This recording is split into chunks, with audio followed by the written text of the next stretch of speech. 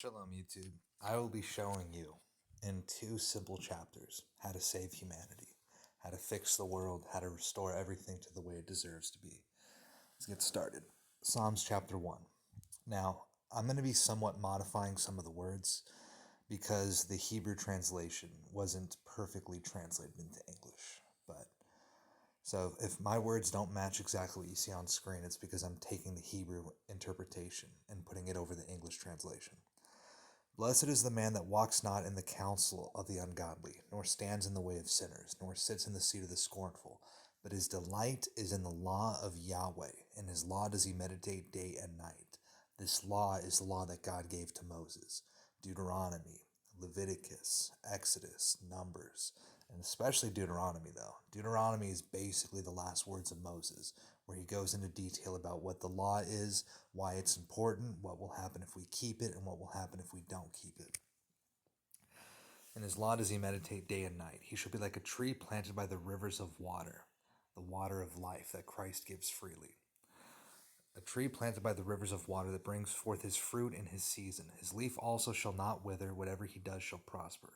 The ungodly, the unlawful, the lawless, the unrighteous, they are not so, but are as the chaff which the wind drives away.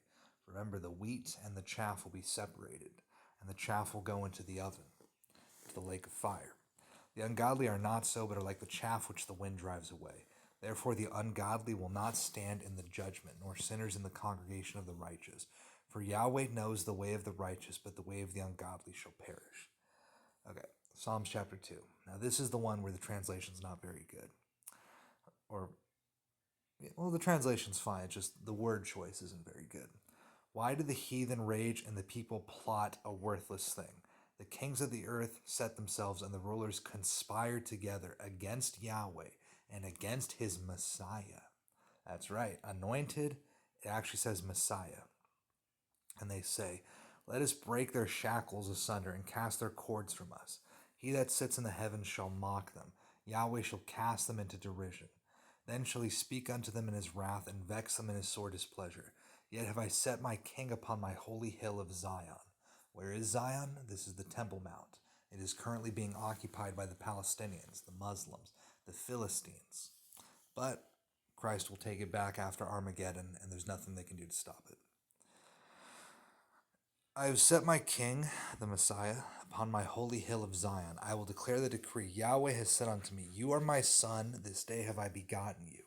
Ask of me, and I will give you the heathen for your inheritance, and the uttermost parts of the earth for your possession. You shall break them with a rod of iron, you shall dash them in pieces like a potter's vessel. What did Jesus tell John in Revelation? You will rule over the heathen with a rod of iron, just as I have received from my Father. He shall dash them in pieces like a potter's vessel. Be wise now, therefore, O you kings, be instructed, you judges of the earth. Serve Yahweh with fear and rejoice with trembling. Kiss the Son, lest he be angry and you perish from the way when his wrath is kindled but a little. Blessed are all they that put their trust in him. So what is this book saying? What are these first two chapters of Psalms saying? And we know that John and Peter said that David was responsible for Psalms 2. I believe it was Acts chapter 4. They say, David prophesied, why do the heathen rage and the people plot a worthless thing? They conspire against God and against his Christ.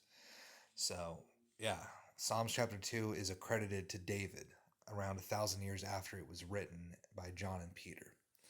So what are these two chapters saying? Chapter 1, Psalms chapter 1, is saying, keep the law of Moses, that the lawful who meditate in the law of Moses, these are the ones who will inherit the kingdom. And then it goes on to say in chapter 2 that the heathen are conspiring against God and his Messiah, and that the Messiah is the King of Zion and the Son of God, and that the Son of God will take over everything, that everything will belong to the Messiah in the Messianic kingdom. And kiss the Son, lest he be angry. Kiss the Son.